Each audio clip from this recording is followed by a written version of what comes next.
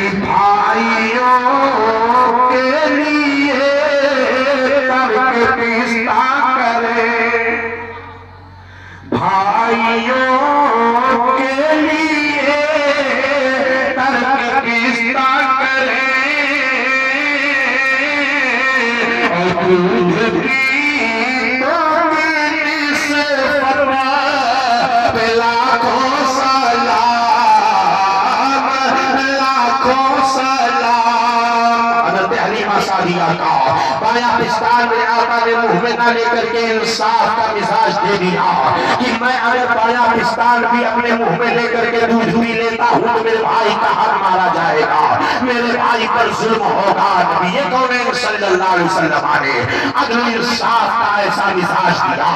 آؤ ذرا دیکھو پیارے، اگر یہی نظام عدل قائم کر دیا جائے تو معاشرے سے بگاڑ ختم ہو جائے۔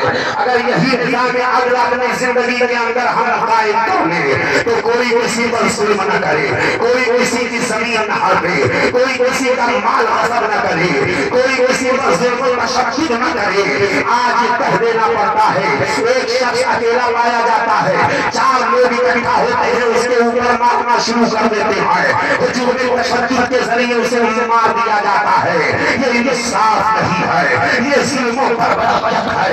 مذہب اسلام ظلم و بربریت کا خاتمہ کرنے کے لیے آیا ہے۔ آؤ ذرا دیکھو اسلام کا مزاج عدل میں آپ کو دینا چاہتا ہوں۔ مذہب اسلام میں جسے چیف جسٹس مقرر کیا جاتا ہے وہ سب سے بڑا عہدہ اس کا ہوتا ہے، وہ چیف جسٹس ہوا کرتا ہے، وہ مذہب اسلام کے قانون کو جانتا ہے، وہ قرآن کے رسول کی روشنی میں فیصلہ کرتا ہے، وہ احادیث رسول کی روشنی میں فیصلہ کرتا ہے۔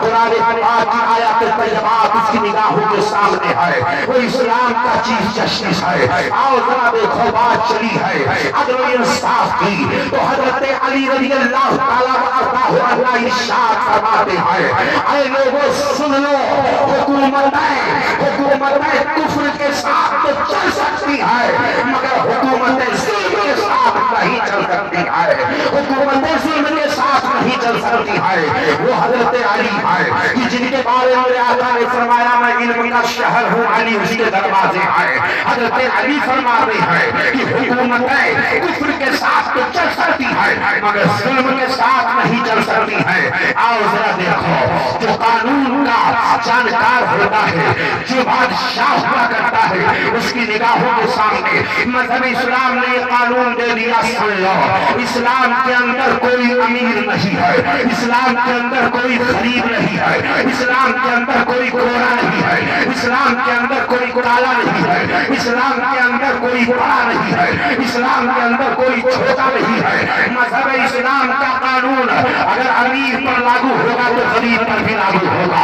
اگر غریب پر لاگو ہوگا تو امیر پر بھی لاگو ہوگا۔ قرآن پاک کی آیت کریمہ ہے، آیت کریمہ ہے، اگرچہ تمہیں فیصلہ کرنا پڑے اپنے ماں کے خلاف، اپنے باپ کے خلاف، اپنے بھائیوں کے خلاف، اپنے رشتہ داروں کے خلاف، اپنے دوست و احباب کے خلاف، اگرچہ تمہیں فیصلہ کرنا پڑے لیکن انصاف کی تلوار ہوتی ہے۔